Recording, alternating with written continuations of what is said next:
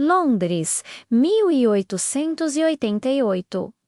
A cidade mais rica do mundo, vestida de fumaça e contradição, enquanto a nobreza desfilava em carruagens douradas pelas largas avenidas do oeste. O leste da cidade era um labirinto de becos úmidos, cortiços miseráveis e corpos exaustos, tentando sobreviver à própria miséria, e foi ali, em Whitechapel, que o terror encontrou morada. Numa madrugada fria, o corpo de Marian Nichols foi descoberto. O pescoço cortado, o abdômen dilacerado, a brutalidade chocou até os policiais mais experientes. Poucos dias depois, outra mulher, Anne Chapman, é encontrada nas mesmas condições. O medo começa a se espalhar. Algo sombrio espreitava as ruas de Londres e parecia escolher suas vítimas com precisão calculada. Os jornais, sedentos por vender, deram nome ao horror: Jack, o Estripador, um apelido cruel que, ironicamente, imortalizaria o assassino. A população entrou em pânico. Mulheres evitavam sair sozinhas. Homens rondavam as esquinas armados com facas e pedaços de ferro. A polícia vigiava, mas nada via.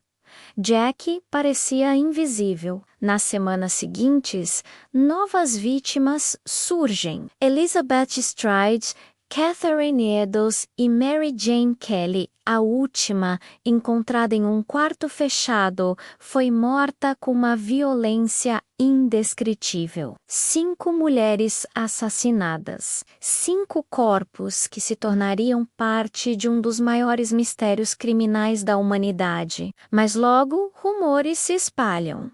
Talvez não fossem apenas 5. Talvez Jack tivesse matado 11. Ou talvez houvesse imitadores, homens comuns, que se aproveitaram do medo coletivo para matar por prazer. O que ninguém questionava era a frieza. Jack não matava por raiva, nem por vingança.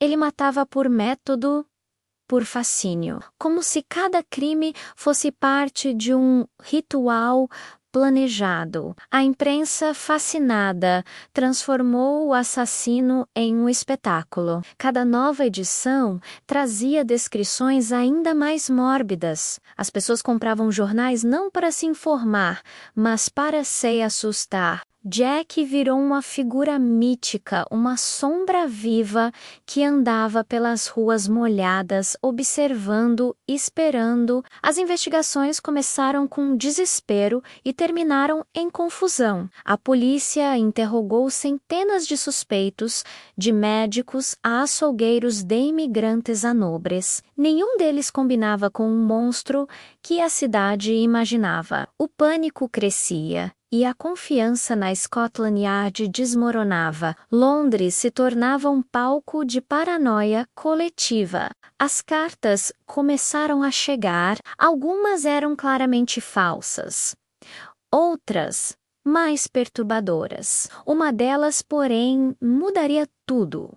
A famosa From Hell, escrita com caligrafia trêmula, assinada com sarcasmo, enviada junto de metade de um rim humano, era uma mensagem de ódio e de provocação. Jack não apenas matava, ele zombava, e então, sem explicação, o terror cessou. Nenhum novo corpo, nenhuma nova carta. Jack simplesmente desapareceu na névoa que o criou. Alguns acreditavam que ele havia morrido. Outros diziam que fugira para outro país. Havia quem garantisse que ele fora preso por outro crime. Mas a verdade é que Jack, o Estripador, sumiu sem deixar rastro.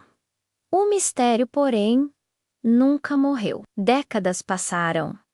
O mundo mudou. E ainda assim, as pessoas continuavam obcecadas por aquele homem invisível. Livros, filmes, peças de teatro, todos tentando responder à mesma pergunta: quem foi Jack, o Estripador. Em 2019, uma nova promessa de resposta surgiu, um chale antigo, supostamente encontrado junto ao corpo de Catarinhedos, foi submetido a testes de DNA. O resultado trouxe um nome: Aaron Kosminski, um barbeiro polonês internado em um asilo por esquizofrenia. Por um breve momento, o mundo acreditou que o caso estava encerrado. Mas logo, especialistas começaram a desconfiar.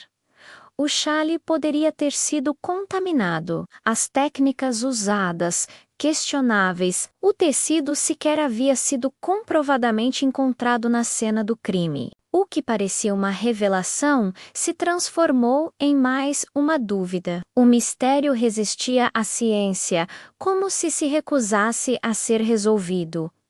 Outros nomes voltaram à superfície. O pintor Walter Sickert, conhecido por suas obras sombrias e seu comportamento excêntrico, o médico Sir William Gall, ligado à família real britânica e envolvido em teorias de conspiração. Alguns chegaram a sugerir que Jack, o Estripador, poderia ter sido uma mulher, uma parteira com conhecimento anatômico e liberdade para circular à noite. Cada teoria refletia não apenas um suspeito, mas uma era.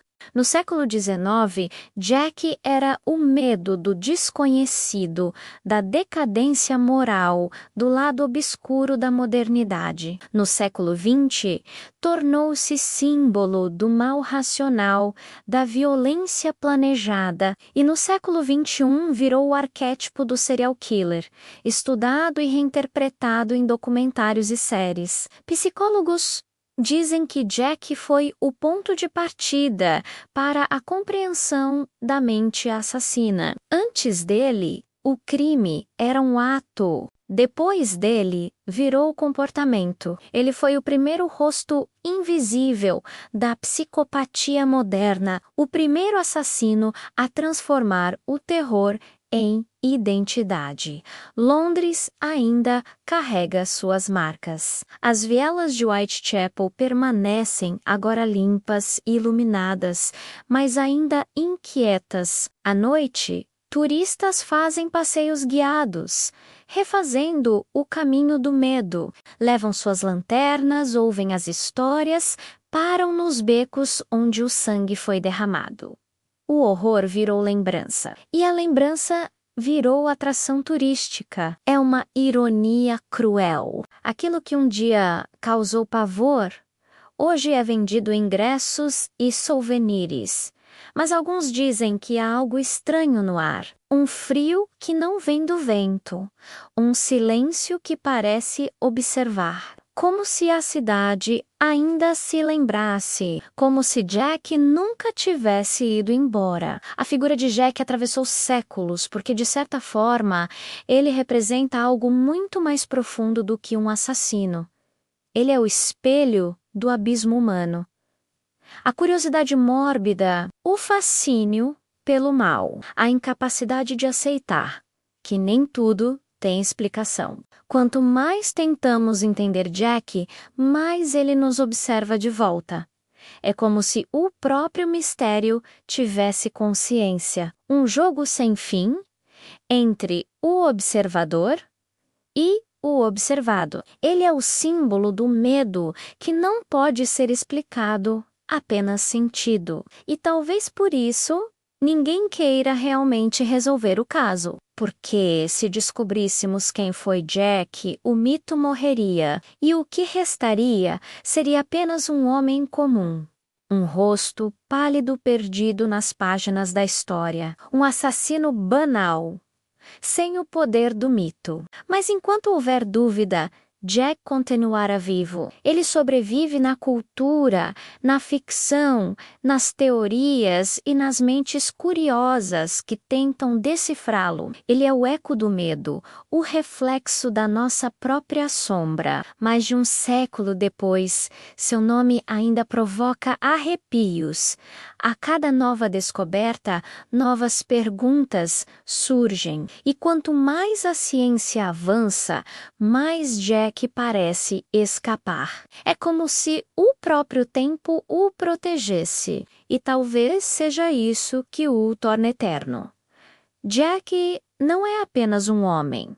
É uma ideia, uma lembrança, uma força que sobrevive à lógica, à tecnologia e à razão. Ele é o medo transformado em lenda. As ruas de Whitechapel ainda sussurram sua história. Quem passa por lá sente um peso, um frio, uma presença silenciosa. Alguns dizem ouvir passos atrás de si.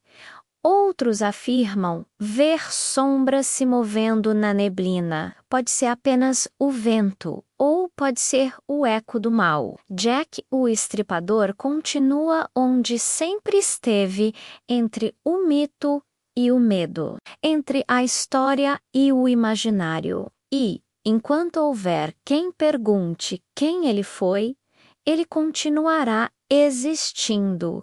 Quando a névoa cobre Londres e os sinos tocam à meia-noite, dizem que é possível ouvir um som metálico, seguido de um leve riso distante. E nesse instante, o mundo lembra que alguns mistérios não querem ser resolvidos. Porque talvez, em algum canto escuro do tempo, Jack ainda caminhe, invisível, observando, sorrindo. Um sussurro que nunca se cala. Uma história que nunca termina. Jack, o Estripador. O assassino sem rosto que nunca deixou de existir.